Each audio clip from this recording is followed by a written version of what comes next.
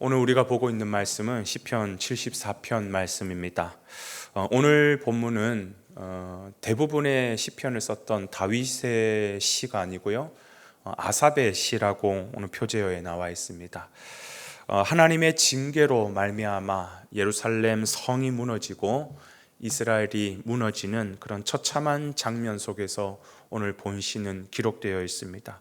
그래서 오늘 본문 앞부분에 보면 원수가 성소에서 악한 일을 행하고 또 그런 주의 백성들이 고통을 당하고 있는 그런 장면들을 아주 자세하게 기록하고 있죠.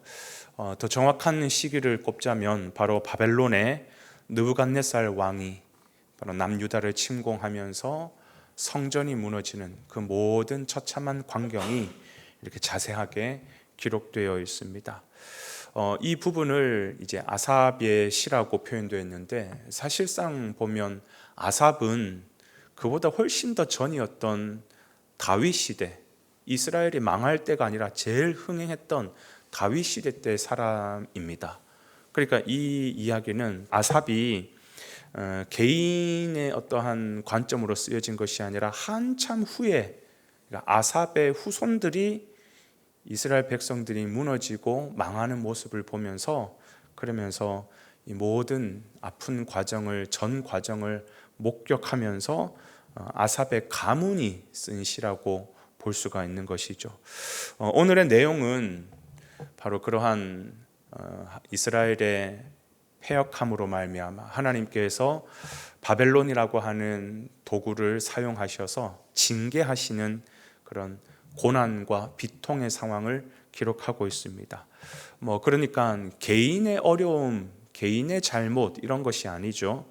대적들로부터 공격에 의한 고난을 당하고 있지만 바로 민족의 잘못, 민족의 불의함으로 인하여서 쉽게 말해서 하나님으로부터 벌받고 있는 것입니다. 징계를 받고 있는 것입니다.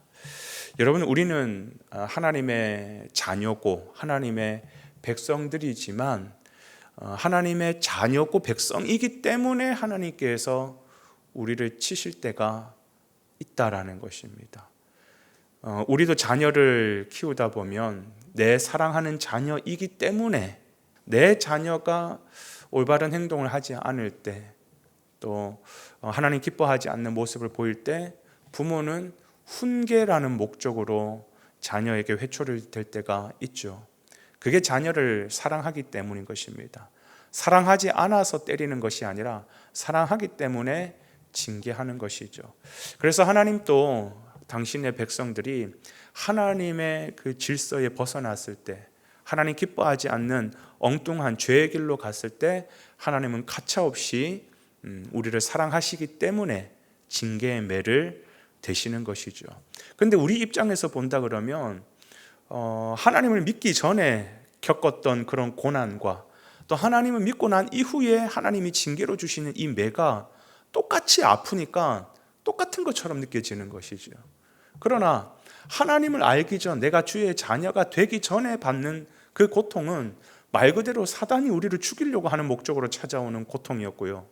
그런데 우리에게 지금 하나님의 자녀가 된 우리에게 주어지는 고통은 그거하고는 비교할 수 없는 하나님의 사랑의 매라는 것을 우리는 기억해야 됩니다.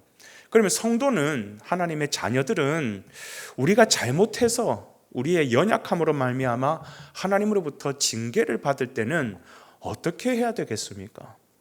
그 원리는 너무너무 간단하지 않겠습니까? 내 부모 되시는 하나님 아버지 앞에 회개하며 나아가면 되는 것입니다. 그러면 하나님께서 다시 우리에게 그 용서의 손을 내밀어 주시고 지금까지 우리를 치셨던 그 모든 매를 걷어주시고 다시 주님과 함께 동행하면서 형통의 길로 가면 되는 것이죠. 그래서 우리가 때로는 염치불구하고 아버지 앞에 엎드리고 아버지를 의지하고 아버지의 사랑에 의지하여 용서를 구하면 되는 거예요. 아무리 잘못했다 할지라도요. 그게 부모 자식 간의 관계인 것이죠. 그러면 우리 하나님은 선하시고 자비하신 하나님이시기 때문에 우리를 회복해 주실 것입니다. 이 원리, 가장 기초적인 가정에서도 이루어지고 있는 이 원리를 오늘 우리의 삶 속에서도 적용해서 그러한 모습으로 우리를 봐야 된다라는 것이죠.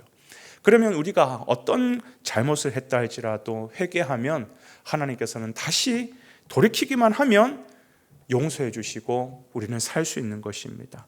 그냥 아버지의 사랑만 기억하고 그분 품으로 달려가서 푹 안기면 그러면 끝나는 것이에요. 그래서 여러분, 하나님께서 우리에게 가장 원하시는 모습이 있다 그러면 그게 뭔지 아십니까? 다른 거 아니에요. 회개예요. 회개하는 심령에 하나님은 우리에게 가장 귀한 성령을 주십니다. 우리는 성령 받고 싶어서 막 성령 충만 때로는 노래를 부르면서 성령 충만에 대해서 사모하지만 언제 하나님께서 성령 충만을 주시는지 아십니까? 내 할 짓 안 할 짓 다 하고 살면서 그냥 마음은 막 성령 충만해서 막 능력 있는 사람 되고 싶고 그런다고 해서 성령 충만이 주어지는 것이 아니라 성령은 거룩한 영이잖아요. 세상 그 누구도 가질 수 없는 가장 고귀한 그냥 보물과도 같은 하나님의 영이시잖아요.